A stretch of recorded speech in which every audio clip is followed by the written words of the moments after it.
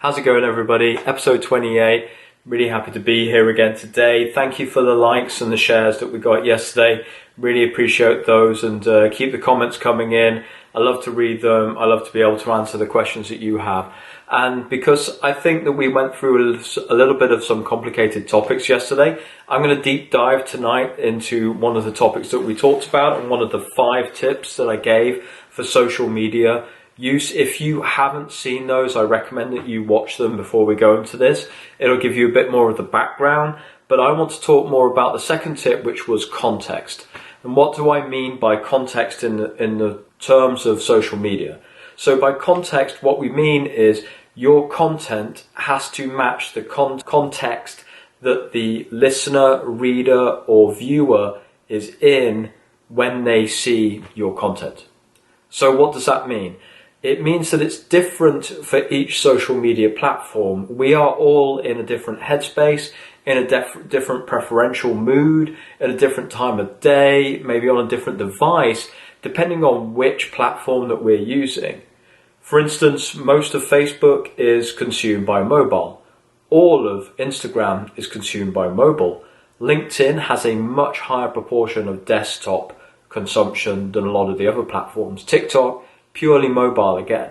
So there are those differences that you need to take into account when you're doing your content. Not only that the format, like the framing of the video that you might want to do, matches that, but also the style of the video and the content of what you're talking about and the nature of the content that you're talking about is also important. The typical Instagram user is there on their phone, they're scrolling to see images, consume captions, read them, watch a quick video. Quite often videos with audio don't necessarily do as well on Instagram because quite often we can be in public places when we're scrolling. So that's why videos, for instance, with the text scrolling, the subtitles scrolling at the bottom, are extremely popular on Instagram.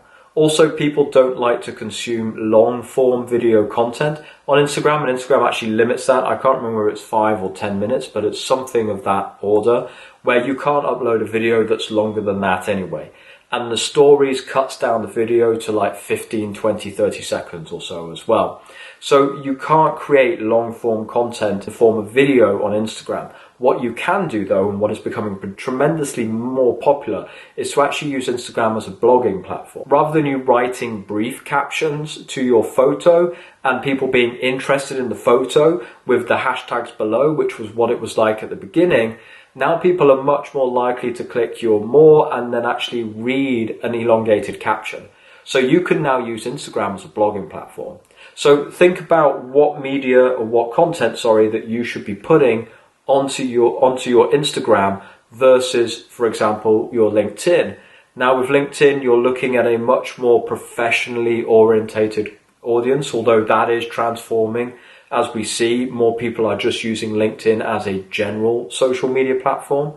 But people expect some level of technicality to the material. They maybe expect some sort of business to business orientation or businessy orientation to that as well. It's also a great platform for sharing professional achievement of that sort. So you could maybe think about that content in that context as well. There is some possibilities to go beyond that with LinkedIn, and there is some evidence maybe that it's moving further out of that space, but still it is a predominantly B2B or B2 business people to business people communication platform. Now, Facebook is moving into a very strange transitionary period, or maybe it's not very strange, but it's moving into an area where it's never been before. And that's where the demographic of Facebook is getting much older, much quicker. Now, not in the way that the demographic in TikTok is getting older. It means that people, from a generation, 2 generations, 3 generations older than myself are now starting to use Facebook more than ever. Now, they obviously started coming in when their children from my generation grew up and started posting pictures of their kids and what have you on there, and they wanted to see them. And that was a natural income, but now they found it and they stayed there and they like it and they started using the tools.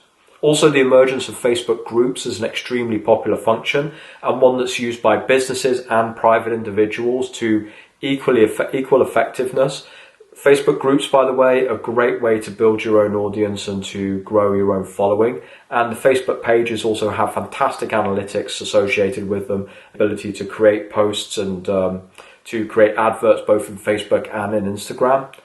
And then the marketplace has also started to bring a lot of new users in. I don't know how common it is in Europe, but here in the US, the Facebook marketplace is a fantastic place, and a lot of people are using that, whereas previously they would have used Craigslist or eBay. And so that's driving a lot more traffic into the Facebook application. And finally, Facebook events has become one of the more de facto ways of you creating an event and sharing it. And now as a business, it's also extremely common that your Facebook page will effectively be your website, because you have all the functionality there that you need. You can list all your events, you can add photo galleries, you can have your open and closing times, you can have all that sort of information there. And it's a great way to communicate your brand to a very broad audience, because it's Facebook. You know, a lot of people are on there. But that also, or those things also create a bit of a dichotomy for us, in that how are we supposed to communicate if we're trying to get our brand message out there? What is the context that we need to consider for those Facebook users? And at the moment, I don't really have a very succinct answer for you on that one, but I think that you need to consider that it is a more mature audience than it used to be. And so you've got to be able to experiment with that, but consider that it is a more mature audience, maybe a more patient audience with content, so you can go a little bit longer form on those videos. So that's Facebook. Now, finally, the last one I wanted to talk about today is Twitter. Now, Twitter is where we like to share short snippets through the function of it being, and it's usually there for technical, or should we say somewhat intellectual discussions on various topics. Now, there's obviously a large proportion of Twitter which is not intellectual in any way. There's a large proportion that thinks it is intellectual, and there's a large proportion that is intellectual in the way that they communicate in Twitter. But it's much more around sharing thoughts, sharing unique thoughts, sharing links. So you maybe in Twitter, you want to be trying to point people towards your longer form content. You might want to be putting very singular quotes of your longer form content into Twitter, or just some unique tweets that you can come up with during the day. People go into Twitter because they want to read something interesting. I go into Twitter so that I can catch up with the news, to be honest. That's one of the apps that I use predominantly to try and consume news on what's going on. So that's often the context of the Twitter user. They're looking for text, they like tweets. They don't like a lot of emojis. They like to be able to read and scroll and read and scroll. Too many links, people are not going to click through. So make sure you maximize the value that you deliver in the characters that are available in the tweet for you. So those are just a quick run through some of the popular social media platforms. We'll go into some more of the more fringe platforms and the fringe communication forms later on in another episode. I hope the idea of context is really grabbing you, because I think this is an extremely important concept to understand when you're trying to grow your social media following. And it's one that I'm trying to apply in what I'm doing. I'm struggling because I think it's a little bit complicated, but I think it's definitely worthwhile to get used to it.